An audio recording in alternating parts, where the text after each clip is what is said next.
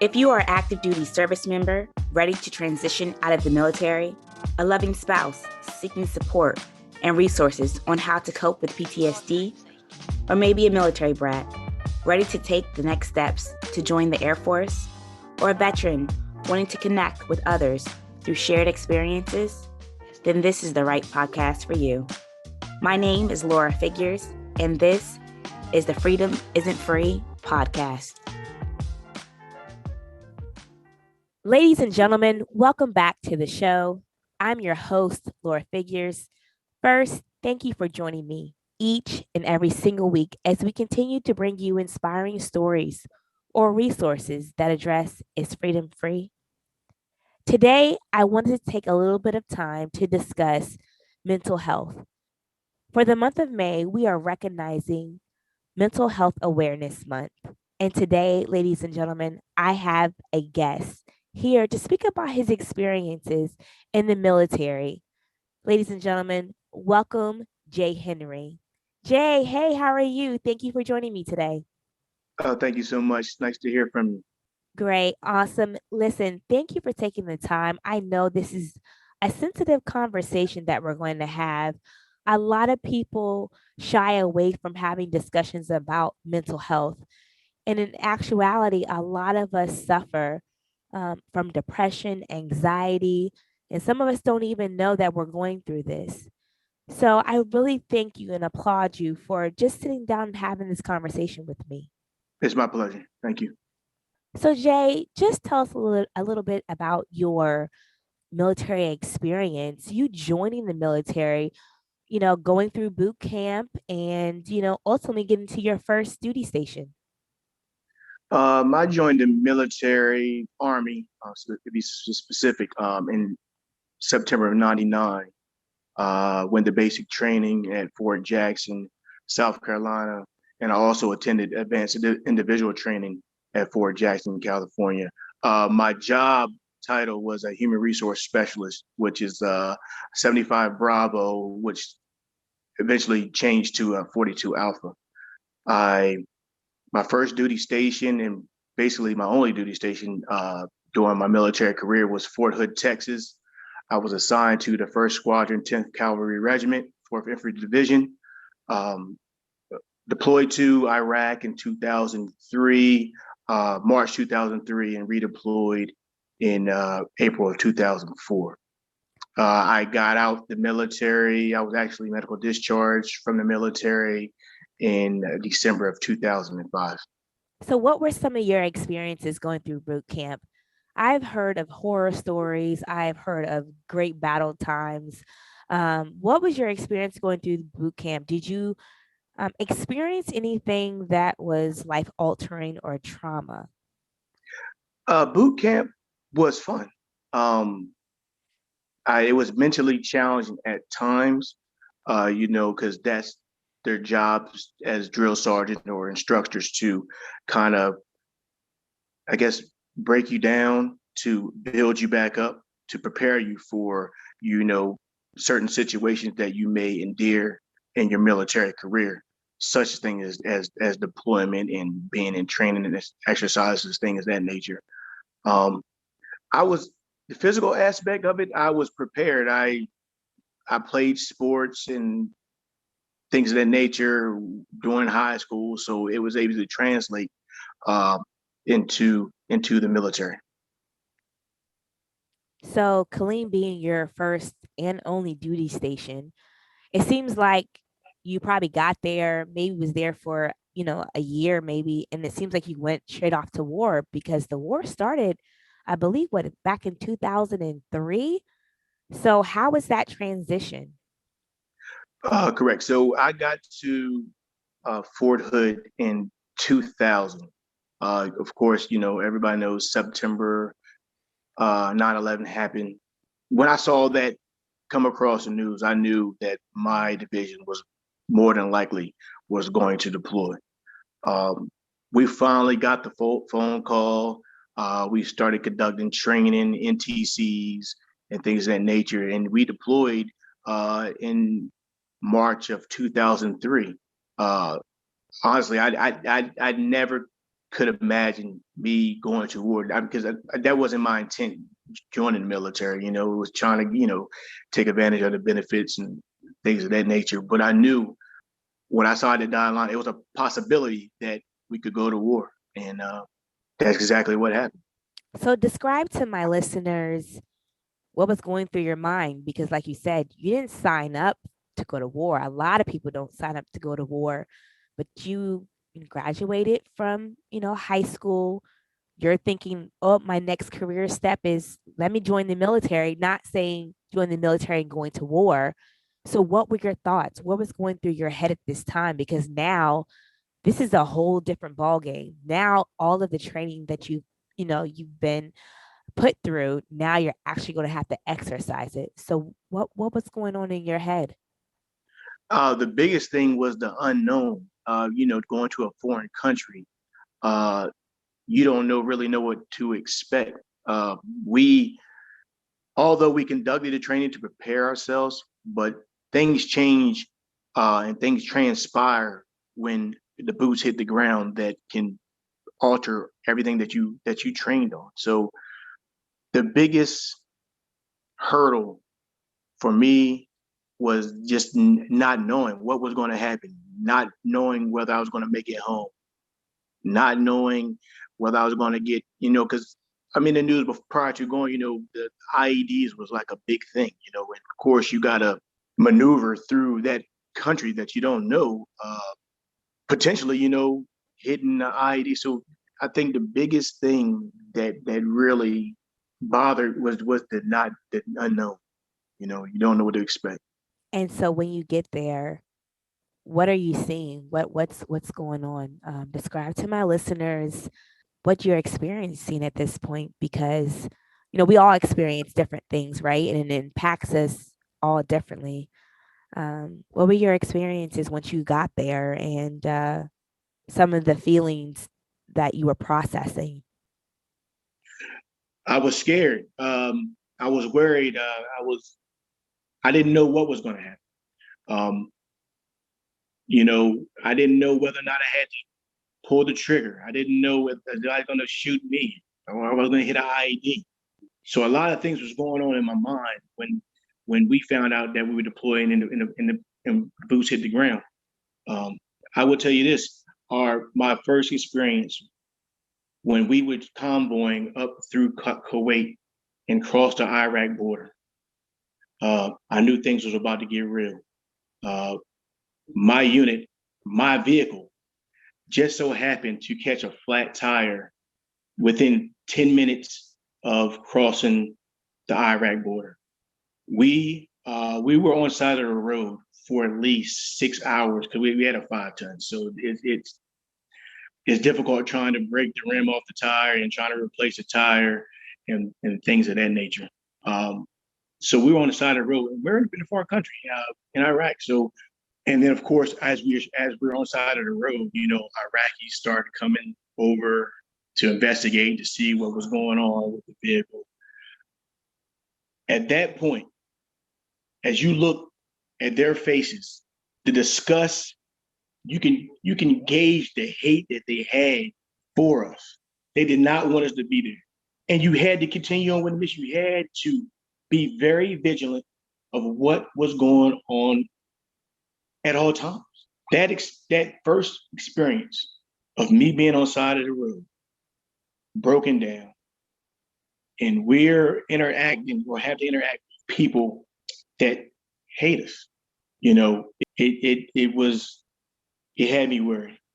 And I didn't know whether or not I was going to survive and make it through the deployment at that point. But we're programmed that the mission must carry on. So ultimately, we got the vehicle up and running. We were able to make it to our rally point, uh, which I recall being, I think, was Baghdad. And during that time, Baghdad was one of the hot and heavy locations as far as IEDs and violence and things of that nature and shootouts and gunfights. And that's the location where we actually had one of our first gunfights. And of course, I'm in a div cab unit. We have, you know, tankers, scouts, um, and also we have aviation support, the 0858 Deltas.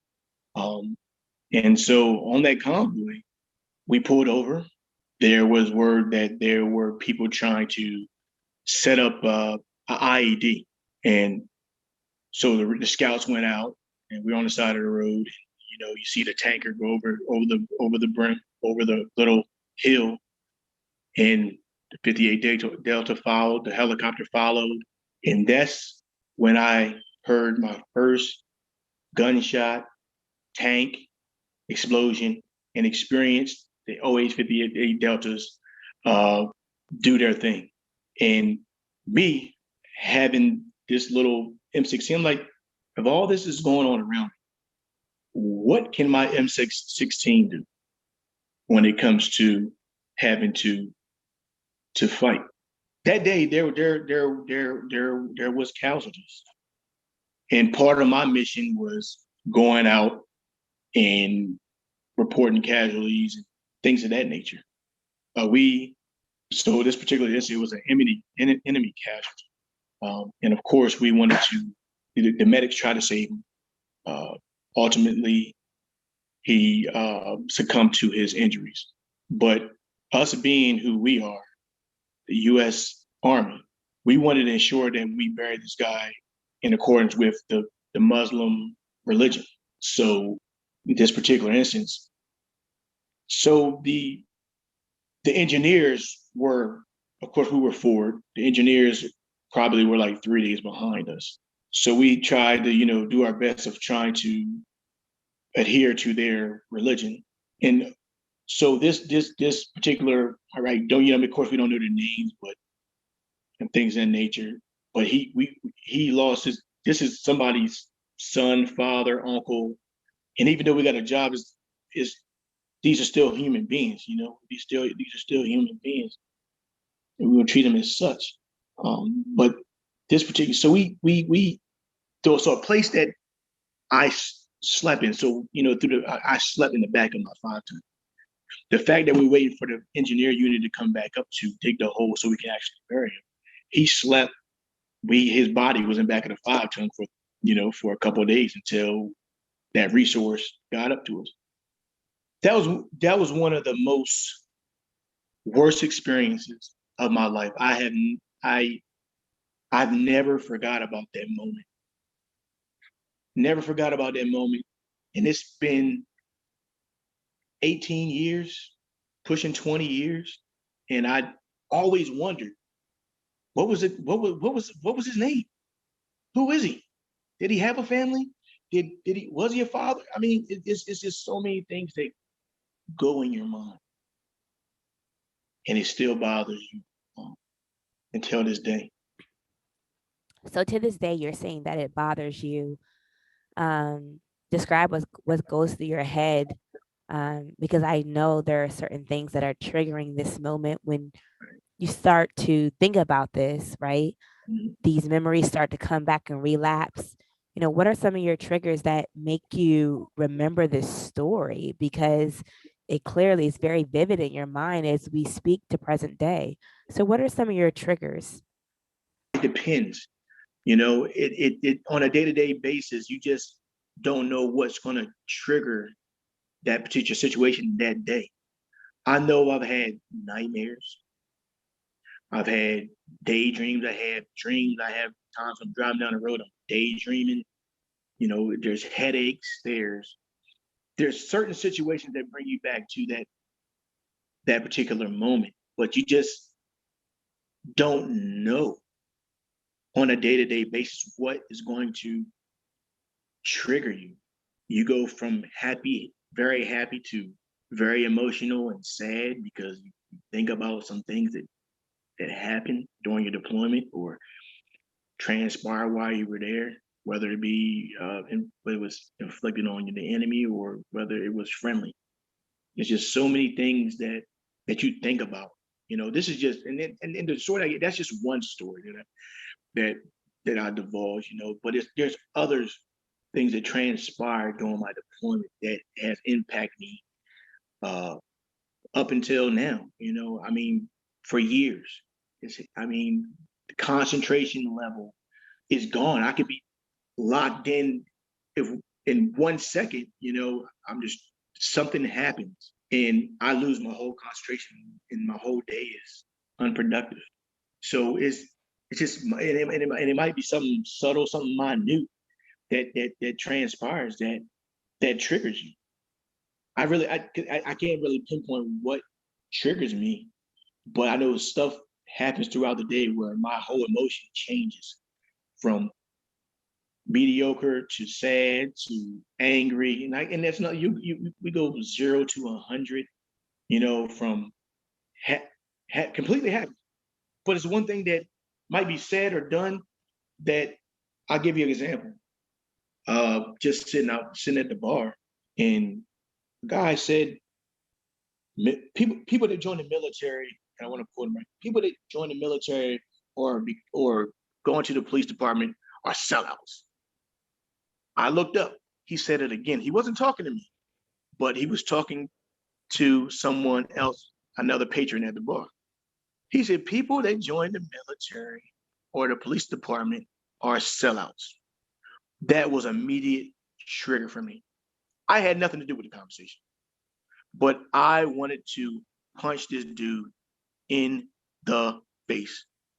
My friends had to talk me off the ledge. I really wanted to get at this dude bad.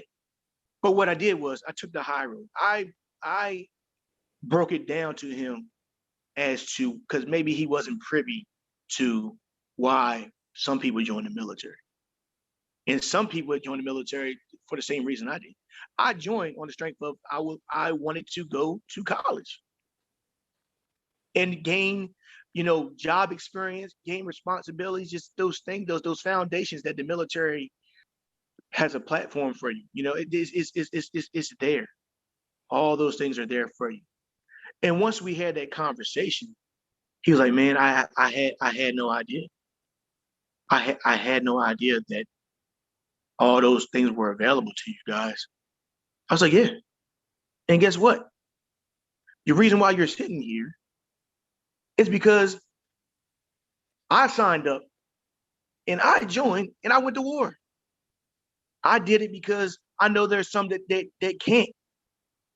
Those are things that have that transpire, throughout uh me being redeployed, and it's just certain things that will take you from 0 to 100 real quick. You got a low tolerance for, I guess you could say bullshit, and excuse me, but some people that don't know, they don't know what we go through,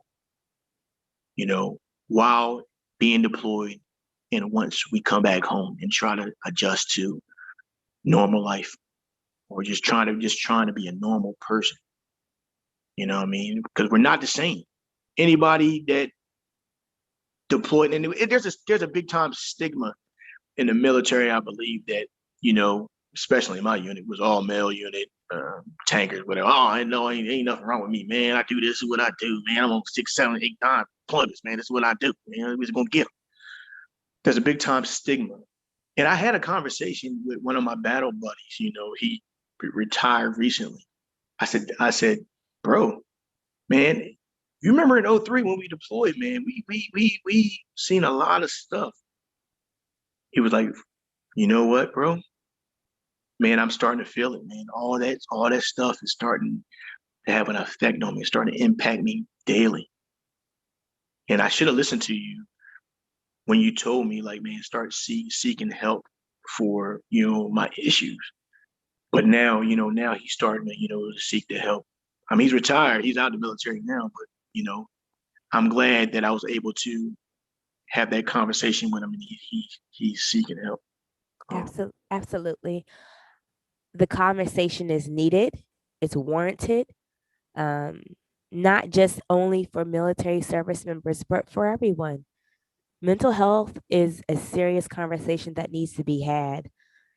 Definitely at with our president's cabinet, there needs to be a real serious conversation about what we're doing with individuals that are seeking help, that need help, that really need to address how they're feeling, what they're coping with, how to go through the day to day. You spoke a little bit about nightmares, and I just want to just touch on that just a little bit because our nightmares look different when we not gone through war. My nightmare is of um, me falling off a cliff, right? Or me drowning. Like these are like random nightmares that I've had in my past. But when you've gone through war, your nightmares are real. They're experiences. Just give me a tad bit um, of just describing your nightmares that you've experienced. I have one of my nightmares. And it seems like it's so surreal when you wake up.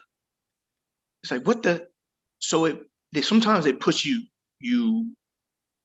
I've had times where I'm thinking Iraqis or whatever the enemy are coming into my tent to kill me, and that's like a reoccurring nightmare that I have. I have reoccurring nightmares of what I told expressed earlier. The convoy, us, the guy that the Iraqi, the enemy that we had on back of the truck trying to bury him. That there's night of like his actual face, because of his actual face, like, yeah, you did this to me, or y'all killed me, stuff like that.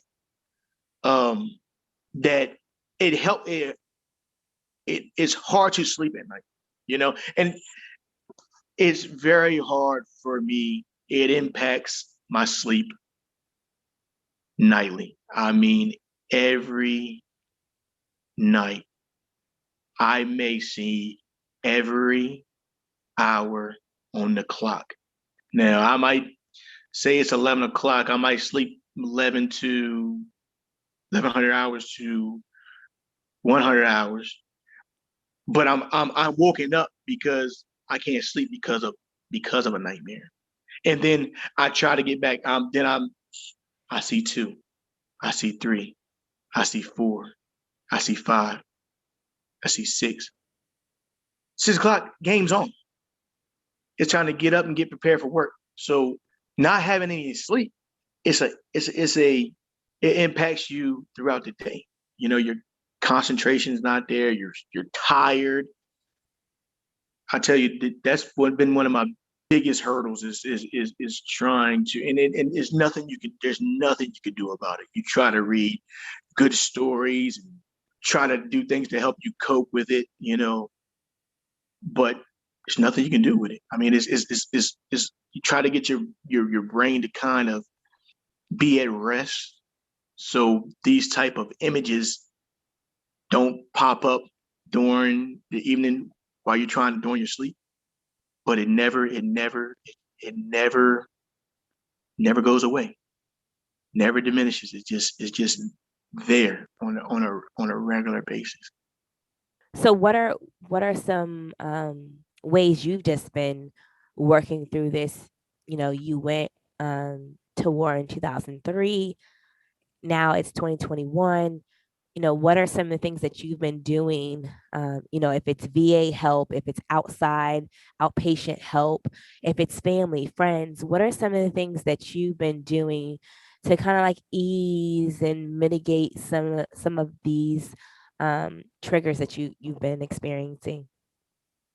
I sought out VA help, you know, but the times that I did, I admit that I didn't.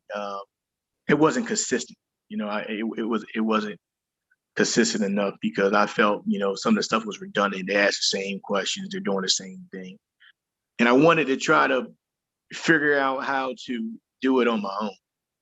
I wouldn't recommend anybody to do that. I think the best therapy is talk to people. Talk to professionals about what's going on with you. I think one of the best ways to try to alleviate um, some of the problems you may that I was having, or you may be having. But I've picked up golf. That's one of my biggest coping mechanisms. It's my therapy. It's my serenity. And that was actually I picked it up, from coworkers. They're also as vets, and there was a CFC event going on at my job. And I went in, and spoke to the guy. He was like, it was like a, golf lessons basically for veterans. I was like, oh, well, I'm looking at, he's like, man, you should do it. And so I ain't gonna lie, I just went out. I never took the lessons, but I thought that was an idea because he expressed to me that, a lot of vets use that for coping. And as I talked to my coworker, they're like, hey, man, I go out all the time. So I just went out there willy nilly and just started playing. But, the time out there, it was my time just to focus on really hitting the golf ball, and everything out outside that was going on, it was irrelevant at that time. I had 4 to 5 hours just being on the golf course and finding my serenity. Another thing I'm big on is being by the water. It seems like soon I live in Maryland, so it feels like soon as you and I live in the DC area. As soon as I going across the Chesapeake Bay. See, as soon as you go across the Chesapeake Bay, all the hustle and bustle of the city and all the stuff that has happened in my mind, it kind of alleviates it. The fresh smell, the smell of the salt water. Getting to the beach. It seems like everybody headed down there is happy. Well, Jay, those sound like great ways of coping. Definitely the beach. I love hitting the beach, especially on weekends. It's definitely enjoyable and very relaxing just hearing the ocean water hit the beach. So I definitely agree with you there.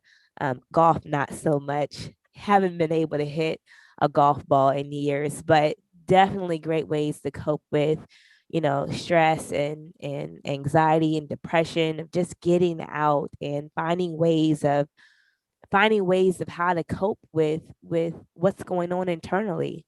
So so thank you so much, Jay, for coming on to the Freedom Isn't Free podcast and being very vulnerable with my listeners about things that you have experienced in the military and while at war. Thank you. So thank you so much for joining me today. I appreciate you for stopping by. For those of you that are listening, as always, don't forget to thank a veteran for their service. I love hearing from you, my listeners, military heroes, veterans, spouses. Message me your stories and let your voice be heard. And while you're doing that, go inside the podcast app, leave a 5-star review and a 5-star rating. This helps us reach more people. And if you want to be a part of this mission by helping us provide a voice for our service members, then make sure you subscribe. It makes a difference by leaving a review. And remember to thank a veteran.